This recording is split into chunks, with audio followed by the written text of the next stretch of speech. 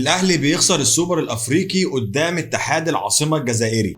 الحمد لله، بداية مشرقة ما بالتفاؤل. عنديش مشكله لما تكون في موسم واحد مشارك في 7 بطولات تكسب منهم 5 وتخسر 2، بس ليه تخسر بطوله قاريه مهمه جدا هتفرق في التصنيف بتاعك؟ خلي بالك ان هم واخدين بالهم من ده كويس قوي، وعمرهم ما هيدوك كل حاجه حتى لو انت تستحق. زي ما قلت لك قبل كده وهفضل اقول ان القاره دي ما فيهاش فريق واحد جدع يقدر يسد قدام النادي الاهلي. بيقول لك ما ينفعش ان العالم كله يشوف ان فريق واحد في القاره كلها هو اللي بيكسب كل البطولات. الناس تقول علينا ايه، ما عندناش غير فريق واحد؟ قاره تعبانه وتفكيرها عيان جدا، وبصراحه مش عارف هم ليه عايزين 5 مقاعد في كاس العالم. مش فاهم هتعمل بيهم ايه ولا هتنيل ايه. كل اللي مضايقني ان البطوله اللي احنا خسرناها دي بطوله قاريه. زي ما انتم عارفين ان في تصنيف الشهر ده النادي الاهلي جاي في المركز السادس عالميا بعد مانشستر سيتي وريال مدريد وفلامينجو وانتر ميلان وبورتو. بيجي بعدهم النادي الاهلي في المركز السادس في التصنيف العالمي للشهر، وبيسبق مانشستر يونايتد ونابولي وبرشلونه وبايرن ميونخ وبالميراس وباريس سان جيرمان، وبيسبق فرق كتير جدا عالميه. فبطوله قاريه زي السوبر الافريقي انت كنت محتاجها جدا، وزي ما كل فوز بيكون ليه اسباب، كمان كل هزيمه بيكون ليها اسباب واسباب قويه جدا. فالنهارده انا جاي اكلمك عن اسباب هزيمه النادي الاهلي لكاس السوبر الافريقي قدام اتحاد العاصمه الجزائري.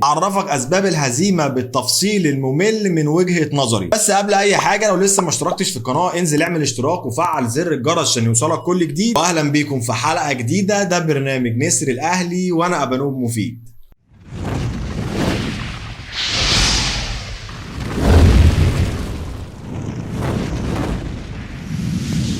عزيزي الاهلاوي الجميل، ازيك؟ زي ما قلنا في المقدمه ان النادي الاهلي خسر كاس السوبر الافريقي قدام اتحاد العاصمه الجزائري، وقلنا كمان ان زي ما كل فوز بيكون ليه اسباب، كمان كل هزيمه بيكون ليها اسباب. بس قبل ما نخش في اسباب هزيمه الاهلي لكاس السوبر الافريقي، حابب اشكر جمهور النادي الاهلي اللي كان في المدرجات. جمهور النادي الاهلي اللي بيسيب شغله وبيروح ورا النادي الاهلي في كل مكان واي مكان عشان يآزر اللعيبه ويشجع النادي الاهلي. الجمهور اللي عانى كتير جدا عشان يقدر يخش بالادوات بتاعته بعد ما كان الامن السعودي رافض ده. الجمهور اللي بيضحي بوقته وبيضحي بشغله وبيبذل مجهود كبير جدا عشان يظهر بمظهر يليق باسم النادي الاهلي. جمهور الاهلي اللي بيملى الملعب في اي دوله النادي الاهلي بيلعب فيها. تعال بقى نتكلم عن اسباب هزيمه النادي الاهلي للسوبر الافريقي. زي ما قلت لك قبل كده ان الاسباب دي من وجهه نظري الشخصيه، ممكن تتفق او تختلف معايا في الرأي، ولكن ده رأيي الشخصي. نبدأهم واحدة واحدة كده وبالترتيب. أول وأهم وأخطر سبب في خسارة النادي الأهلي السوبر الأفريقي هي الصورة دي. أول ما شفت الصورة دي في بداية المباراة قلت خلاص البطولة راحت وعليه العوض ومنه العوض. صراحة مش فاهم يا عم، هو أنت في حد قال لك تعالى شجعنا؟ حد قال لك يعني إن إحنا محتاجين التشجيع بتاعك وما عندناش جمهور ومحتاجينك تكون في الاستاد؟ أنتوا ما فيش فرقة بتشجعوها إلا لما بتخسر، ولو مش مصدقني فتقدر تسأل وداد وهي تقول لك. السبب الثاني من وجهة نظري هو عدم مشاركة موديست. طبعا ده بيرجع للاتحاد الافريقي لكرة القدم. الاتحاد الافريقي مرضيش يأيد موديست قبل المباراة. تساؤلات كتير عن الموضوع ده وبصراحة ملهاش اي اجابة. الراجل موجود وتأيد مع الاهلي وسافر مع البعثة للسعودية، فايه الحجة اللي بسببها مرضتش تسجل موديست في قائمة المباراة؟ ثاني سبب بصراحة وانا متضايق وانا بقول السبب ده وهو مارسيل كولر. ما كنتش حابب اقول ان مارسيل كولر هو من احد اسباب خسارة النادي الاهلي للسوبر الافريقي، ولكن ده اللي حصل من وجهة نظري. تشكيلة مارسيل كولر كانت كويسة لحد ما، ولكن التغييرات اللي عملها وتوقيت التغيير هو اللي ما كانش كويس. التغييرات كانت لازم تبقى بدري شوية، خصوصا ان انت متأخر في النتيجة. كان لازم من بداية الشوط الثاني تطلع كهربا وتنزل مكانه صلاح محسن، ويطلع رضا سليم وينزل مكانه بيرسي تاو، والكلام ده من بداية الشوط الثاني. انت متأخر بهدف وقررت ان انت هتهاجم مش هتدافع، وده قرار صح جدا. قمت طلعت رضا سليم ونزلت مكانه بيرسي تاو، وطلعت مروان عطية ونزلت مكانه صلاح محسن. يعني بتلعب باتنين راس حربة وشلت واحد من نص الملعب. انا معاك جدا في التغيير ده ان انت هتهاجم مش هتدافع، بس كان لازم يكون بدري شوية. بعد كده طلعت امام عاشور ونزلت مكانه محمد مجدي قفشه. برضو معاك في التغيير ده ولكن مش قوي، عشان كان عندك حل افضل تقدر تعمله. كان ممكن تطلع حسين الشحات وتنزل محمد مجدي قفشه يلعب في نص نص الملعب وتنقل امام عاشور يلعب جناح شمال. اعتقد ده هيبقى افضل لان امام عاشور كان مأدي حلو قوي في الماتش ده، وده اول ماتش رسمي يلعبه بتشيرت النادي الاهلي. لكن تطلع حسين الشحات وتنزل مكانه طاهر محمد طاهر، طب بالذمه هو ده اسمه كلام؟ وبعدين هو طاهر كان بيعمل ايه في معسكر النمسا؟ عشان عايز افهم بس. طاهر ما كانش عارف يستلم الكوره، اساسيات كره القدم طاهر ما كانش عارف يعملها. وبعدين هو فين كريستو؟ اعتقد ان لو كان كريستو شارك مكان محمد طاهر كان هيفرق جدا في اداء الفريق، لان انت متاخر بهدف ومحتاج حد يعرف يعمل كنترول على الكوره، حد مهاري وبيعرف يلعب عرضيات. ولكن طاهر محمد طاهر ولا بيعرف يستلم الكوره ولا بيعرف يعمل كنترول، ولا هو مهاري ولا بيعرف يعمل عرضيات ولا بيعرف يلعب كره قدم اصلا. فانا مش فاهم بصراحه انتوا ليه خليتوا طاهر في النادي الاهلي، ما استغنيتوش عنه ومشيتوه زي اللعيبه اللي مشي. اصل كان عارف ان ادام طاهر على الدكه فانت كده كده لازم هتنزله في اي وقت من الاوقات، في اي وقت واي ماتش الدنيا متقفله على النادي الاهلي وانت عندك حلول على الدكه فطبيعي تستعين بيها. انت اصلا ايه اللي خلاك تسيب طاهر محمد طاهر على دكه النادي الاهلي اصلا؟ المهم ان في الدقيقه 85 بيطلع كهربا وبينزل مكانه ياسر ابراهيم. ده انا فهمته ان هو هيلاعب ياسر ابراهيم قلب دفاع وهيخلي محمد عبد المنعم عنده ادوار هجوميه اكتر. المهم ان بعد المحاولات والتغييرات دي كلها انتهت المباراه بفوز اتحاد العاصمه الجزائري بكاس السوبر الافريقي. ولكن برضو انا مش بحمل مارسيل كولر المسؤوليه الكامله في خساره السوبر الافريقي. اللعيبه كمان هتشيل جزء كبير من المسؤوليه لانهم ما كانوش مركزين في الملعب. لعيبه كتير قوي في الملعب كانت سرحانه والكوره بتجيلها ما بتكونش متوقعه ان هي ممكن تجيلها وبتضيع منها، وده بكل بساطه لان اللعيبه بقالها فتره كبيره جدا مريحه، وكان واضح ان هم عندهم ثقه زياده عن اللزوم لان الموسم ده كسبانين 5 بطولات. اللعيبه كان عندها ثقه زياده ان هي في اي دقيقه واي ثانيه في الماتش هيقدروا يسجلوا ويرجعوا للمباراه. ولكن الوقت سرقهم واتحاد العاصمه كان مقفل عليهم الماتش بطريقه كويسه جدا وما قدروش ان هم يسجلوا ويرجعوا للمباراه. طبعا ده غير ان لعيبه اتحاد العاصمه الجزائري كانوا بيضيعوا وقت بطريقه غريبه جدا، والحكم اللي احنا لسه هنجيله بعد شويه كان بيضيع وقت معاهم. كل ما لعيب منهم يعمل مشكله يروح يقعد يتكلم معاه دقيقتين 3. انا مش فاهم هو بيعمل ايه. كل انديه شمال افريقيا بالظبط عاملين زي مسلسلات رمضان، تلاقي المسلسل كله على بعضه مدته 40 دقيقه، في نص المسلسل فيه اعلانات ساعه ونص. وهو ده اللي بيحصل لما النادي الاهلي بيلاعب اي فرقه من شمال افريقيا. السبب اللي بعد كده في خساره النادي الاهلي للسوبر الافريقي هو الحكم الضعيف جدا بمساعده كابتن خالد بيبو. من اول ربع ساعه في المباراه انا قلت ان الحكم ده جاي قوي على النادي الاهلي وشكلها مترتبه لاتحاد العاصمه الجزائري. الهدف اللي سجله كهربا في بدايه المباراه من وجهه نظري انا شايف ان هو هدف صحيح بنسبه 100%، لان حارس المرمى بكل بساطه ما تملكش من الكوره، هو بس كان حاطط ايده عليها والكوره على الارض. زي بالظبط لما بنشوف اهداف كتير جدا حارس المرمى حاطط الكوره على ايده وبيجي لاعب يخطف الكوره بدماغه ويحطها في الجول. ولكن لا تتعجب فانت في قاره افريقيا. وبعد كده كان في ضربه جزاء صحيحه 100% لكهربا، ولكن الحكم تغاضى عنها وحتى ما راحش يبص للفار. ولكن لما تيجي لركله جزاء اتحاد العاصمه اللي انا من وجهه نظري شايفها نفس الكوره بتاعت كهربا بالملي، نفس اللي عمله مروان عطيه مع لاعب الاتحاد الجزائري حصل مع كهربا في منطقه الجزاء. والقصه كلها ان في الكوره دي الحكم كان قدام الكوره بالظبط وما حسبش اي حاجه وساب الكوره تكمل عادي جدا، وقطعوها لاعيبه النادي الاهلي وعملوا بيها هجمه. ولما طلعت رمي التماس الحكم رجع وادى انذار للاعب اتحاد العاصمه الجزائري. ده ياكد لك ان الحكم كان قدام الكوره بالظبط وقريب منها جدا. ولكن لما الفار كلمه وراح بص للكوره حسبها ركله جزاء لاتحاد العاصمه الجزائري. ولكن في تخيلي ان اللي حصل ان حكام الفار كلموا حكم المباراه وقالوا له ان فرقه اتحاد العاصمه مش هيعرفوا يدخلوا منطقه ال 18 تاني، فلازم تحسبها ضربه جزاء عشان يقدروا يفوزوا بالسوبر الافريقي. وعشان يكون في شيء من المصداقيه فتعالى بص في الفار وبعد كده احسبها ركله جزاء. وهو ده بالظبط اللي حصل. كانت اول مره الحكم يروح يبص فيها في الفار وحسبها ركله جزاء على النادي الاهلي. فلما تيجي تشوف الكوره دي والكوره بتاعت كهربا هتلاقيها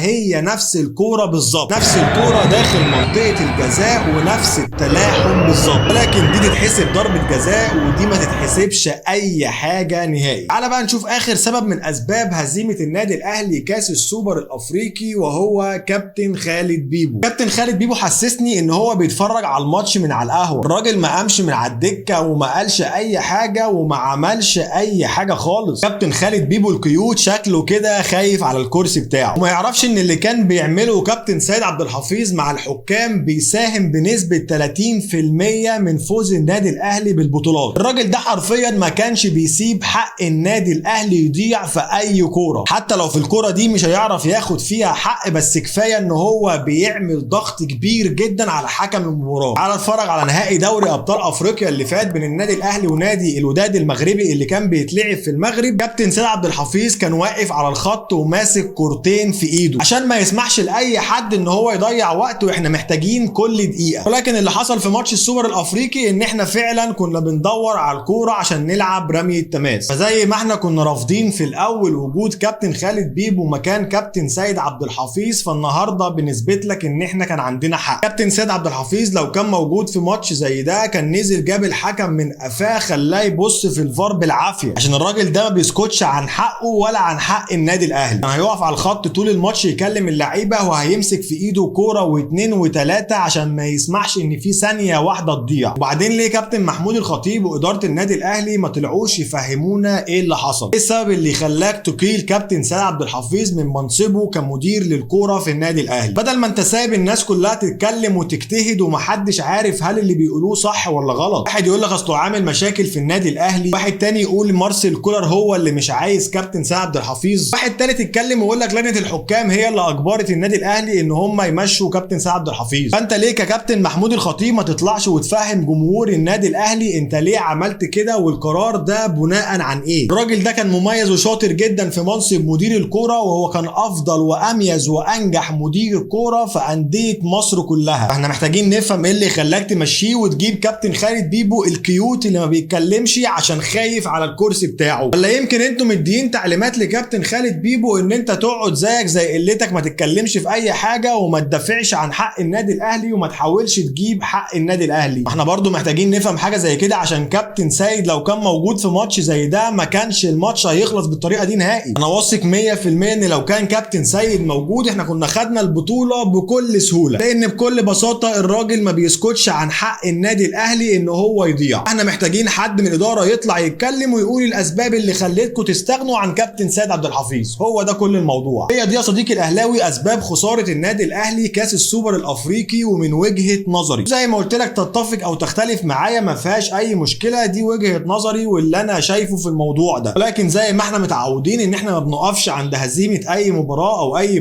بطوله وعدت وموسم وخلص، وعندنا الموسم اللي جاي بطولات كتير جدا جدا جدا الاهلي مشارك فيها. وكويس ان ده حصل في بدايه الموسم عشان نبدا نشوف اخطائنا ايه ونبدا نفكر ونفوق للبطولات اللي جايه. زي ما قلت لك الموسم اللي جاي فيه بطولات كتير جدا جدا وبطولات صعبه وبطولات مهمه النادي الاهلي مشارك فيها، وكلنا عندنا ثقه في ربنا وعندنا ثقه في لعيبه النادي الاهلي والجهاز الفني ان هم عمرهم ما هيخذلونا. وبكده عزيزي الاهلاوي بتكون خلصت حلقتنا من نسر الاهلي. فلو لسه ما اشتركتش في القناه انزل اعمل اشتراك وفعل زر الجرس عشان يوصلك كل جديد. بشوفكم في حلقه جديده من نسر الاهلي مع ابانوب مفيد.